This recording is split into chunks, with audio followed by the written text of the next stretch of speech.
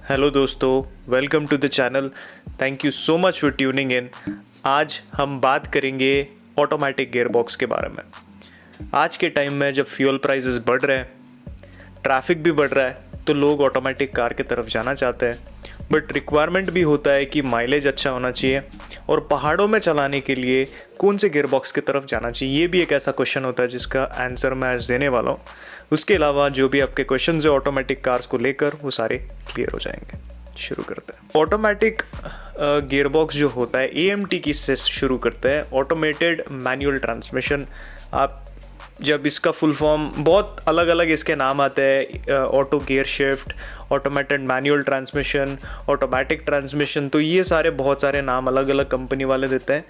Example देता हूँ, मारुति वाले AGS बोलते हैं और टाटा वाले बोलते हैं AMT। दोनों के टेक्नोलॉजी सेम है। एक मैनुअल ट्रांसमिशन को एक कंप्यूटर के द्वारा कंट्रोल जब किया जाता है तो उसको हम बोलते हैं ऑटोमेटेड मैनुअल ट्रांसमिशन। उसका मतलब ये है कि जो क्लच होता है वो आपके कार में होगा, बट आपको एक क्लच को कंट्रोल नहीं करना पड़ेगा।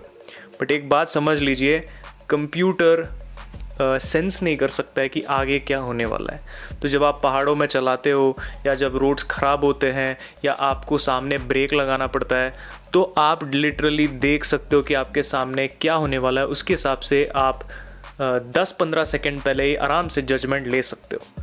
कंप्यूटर जो होता है, जो गियर शिफ्ट्स करता है, वो उतने एडवांस लेवल पे सोच नहीं सकता है, क्योंकि वो उसको आगे दिख नहीं रहा है कि क्या हो रहा है। तो आपके जो इनपुट्स होते हैं उसके हिसाब से वो गियर शिफ्ट करने लगता है। तो इससे क्या होता है, एक डिलेड रिस्पॉन्स आपको फील होता है, क्योंकि जो ऑटोमेटेड ट्रांसमिशंस होते हैं उनमें जब आप गियर शिफ्ट्स करते हो, जब गियर शिफ्ट्स करने देते हो, तो कंप्यूटर जब आप ब्रेक लगाते हो या कार को स्लो करते हो, उसका जो एक्सेलरेटर का थ्रॉटल इनपुट्स है, इसको देखकर वो गियर शिफ्ट्स करता है। तो ये उन लोगों के लिए जिनको डिलेड रिस्पॉन्स से किसी तरह का तकलीफ नहीं होगा, मतलब सिटी में प्यार से जो चलाते हैं, मतलब ब्रेक लगाने के पहले आराम से ब्रेक लगाते हैं, आराम से एक्सेलरेटर को दबाते हैं, सब रिलैक्स वे में करते हैं, क्योंकि उनको घर पहुंचना है या ऑफिस पहुंचना है। और ट्रैफिक में जब वो रहेंगे उनको किसी तरह का तकलीफ नहीं होना चाहिए क्लच को लेकर। उनके लिए AMT बेस्ट है। ठीक है, अब बात आ जाता है कि यार ठीक है, मैं ट्रैफिक में चलाना चाहूँगा, बट जब मेरे को फैमिली के साथ वीकेंड ट्रिप्स में जाना रहता है तो वहाँ पे मैं थोड़ा एन्जॉय करना चाहूँगा ड्राइविंग। तो लोग बोलते हैं कि हाँ भाई, AMT में क्या कर सकते हैं, मैनुअल मोड में लगा के हम खुद गियर शिफ्ट कर सकते हैं। तो ये एक चीज़ है जो डेफिनेटली आप कर सकते हो, but at the end of the day जो कंट्रोल है, जो RPM है, वो काफ़ी हद तक AMT के गियरबॉक्स आपको कंट्रोल करने अलाउ नहीं करते हैं। तो अगर आप उसको पूरा कंट्रोल चाहते हो, वो चीज़ आपको AMT में नहीं मिलेगा। तो जर्क होगा, हेड नॉड होगा, आगे पीछे आना, आपको फील होगा कि गियर शिफ्ट हो रहा है। तो इस चीज़ को अवॉइड करने के लिए कंपनी वालों ने बहुत सारे टेक्नोलॉजी को इम्प्लीमेंट किए हैं। और आज से अगर 4-5 साल पहले का आप टेक्नोलॉजी देखते हो तो बहुत ज़्यादा इम्प्रूवमेंट है, but it is still not perfect. AMT उनके लिए नहीं है जो कार ड्राइविंग करना पसंद करते हैं। जैसे मैंने आपको बोला है, उनको एक जगह से दूसरे जगह पे जाना है without any trouble, AMT is a good option. Next, एक और चीज़ जो मैं बोलना चाहता हूँ, आप कार खुद ड्राइव नहीं करते हो, पीछे बैठते हो, तो मैं उनके लिए भी AMT सजेस्ट नहीं करूँगा, क्योंकि सारे जर्क्स आपको फील होने वाले हैं। तो इसका एक बेटर वर्जन है CVT। AMT का फ़ायदा है कि सिटी में आपको बढ़िया माइलेज देता है अगर आप उसको प्यार से चलाते हो, क्योंकि जो AMT लेते हैं वो उसको प्यार से ही चलाते हैं। जिनको परफॉर्मेंस वे में चलाना रहता है वो AMT की तरफ नहीं चाहते हैं, और जो वो प्यार से चलाते हैं उनको बढ़िया माइलेज मिलता है। CVT में ऐसा नहीं होता है।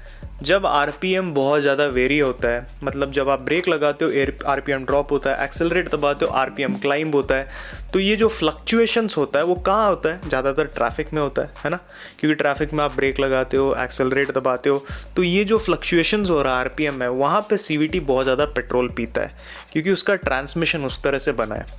मैं इस वीडियो में कोई भी टेक्निकल टर्म्स यूज़ नहीं कर रहा हूँ, क्योंकि उनके लिए नहीं है। CVT ज़्यादा पेट्रोल पिएगा अगर आप ट्रैफिक में चलाओगे।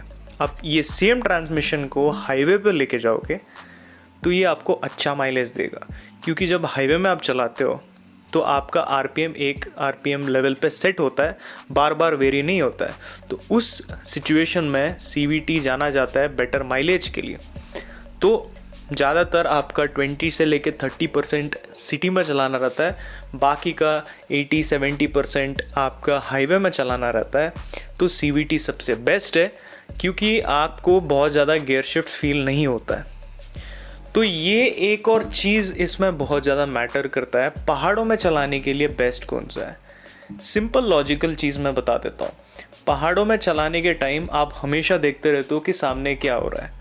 सामने आपको ऐसा लगा कि स्लोप बहुत ज़्यादा है तो आप इमीडिएटली डाउन शिफ्ट करते हो, तो ये चीज़ को आप एंटिसिपेट करने लगते हो, है ना।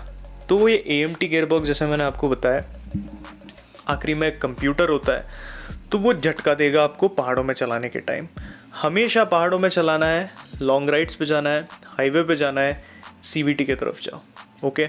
AMT की तरफ मत जाओ, ये मेरे सजेशंस हैं। अब लोग अगर मुझे पूछेंगे कि टॉर्क कन्वर्टर और DCT के बारे में बताओ, ये दोनों गियरबॉक्स काफ़ी अच्छे हैं, बट ये थोड़े से एक्सपेंसिव कार्स में आता है। मतलब इसका जो प्राइस है, प्राइस सेगमेंट भी देखते हो तो आपको टॉर्क कन्वर्टर गियरबॉक्स जिसका प्राइस 9 लाख के ऊपर है उन्हीं कार्स में देखने को मिलता है। टॉर्क कन्वर्टर थोड़ा सा पुराना टेक्नोलॉजी है, बट टॉर्क कन्वर्टर काफ़ी ज़्यादा रिलायबल है, रिलायबिलिटी के लिए भी जाना जाता है। बट यहाँ पे आपको पावर लॉस देखने को मिलता है अगर मैन्युफैक्चरर पावर बम्प नहीं देता है उसके टॉर्क कन्वर्टर ऑटोमेटिक गियरबॉक्स के वेरिएंट पर। तो टॉर्क कन्वर्टर में भी ज़्यादा गियर शिफ्ट्स आपको फील होते नहीं हैं, बट आपको माइलेज उतना अच्छा नहीं देता है टॉर्क कन्वर्टर गियरबॉक्स। अभी हम बढ़ते हैं DCT की तरफ। DCT में 2 टाइप के होते हैं, ड्राई क्लच और वेट क्लच। यूजुअली हमारे जो ह्यूमिड कंडीशंस है वहाँ पे ड्राई क्लच DCTs अच्छे नहीं हैं मेरे सजेशंस, क्योंकि रिलायबिलिटी के मामले में थोड़े बहुत इश्यूज आते हैं। ड्राई क्लच के एग्जाम्पल बोलूँ तो एक है वोक्सवैगन का DSG जो ड्राई क्लच के साथ आता है, और दूसरा है Hyundai का गियरबॉक्स DCT जो अगेन ड्राई क्लच के साथ आता है। ये ड्राई क्लच जो है ये थोड़े से इश्यूज प्रोड्यूस करते आ रहे हैं हमारे ह्यूमिड इंडियन कंडीशंस में। DCT में आता है वेट क्लच। वेट क्लच मुझे लगता है आज के टाइम में one of the best gearbox है, बोथ एक बैलेंस ही आपको रिलायबिलिटी और परफॉर्मेंस में, तो ये गियरबॉक्स बेस्ट है। ये आजकल आपको बहुत सारे कार्स में देखने को मिलता है। One of the latest car जो इस गियरबॉक्स के साथ आता है वो है एल्ट्रॉस।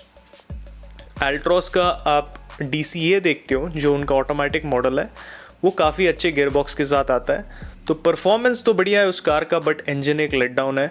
तो एक जगह पे आपको बहुत बड़ा एडवांटेज मिलता है उसमें और दूसरी जगह पे परफॉर्मेंस नहीं मिलता है। तो सब आपको है ना एक प्रॉपर डिसीजन लेने के पहले बैठ के सोचना चाहिए, क्योंकि इतना पैसा लगाते हो आप कार ख़रीदने के पहले, तो ये सारे चीज़ों के बारे में सोचना बहुत ज़रूरी है। ये वीडियो मैंने इसीलिए बनाया है क्योंकि मेरे को बहुत सारे क्वेश्चंस आते हैं इसको लेकर, और मैंने इसको बहुत बार कवर भी किया है, बट लोग वो वीडियो नहीं देखते हैं। तो सोचा इतने वीडियो बनाने के बाद भी जब क्वेश्चंस आ रहे हैं तो इसको यहाँ डाल देते हैं। प्लीज़ कमेंट सेक्शन में क्वेश्चंस पूछिए। जब आप क्वेश्चंस पूछते हो तो मैं उसको आंसर कर पाऊँगा और बहुत लोगों को पता चलेगा इन ट्रांसमिशंस के बारे में। अगर मैं कहीं पर गलत हूँ तो आप मुझे प्लीज़ बता सकते हो। फिर से मिलूँगा आपसे। Always drive safe, wear your seat belt. Bye bye.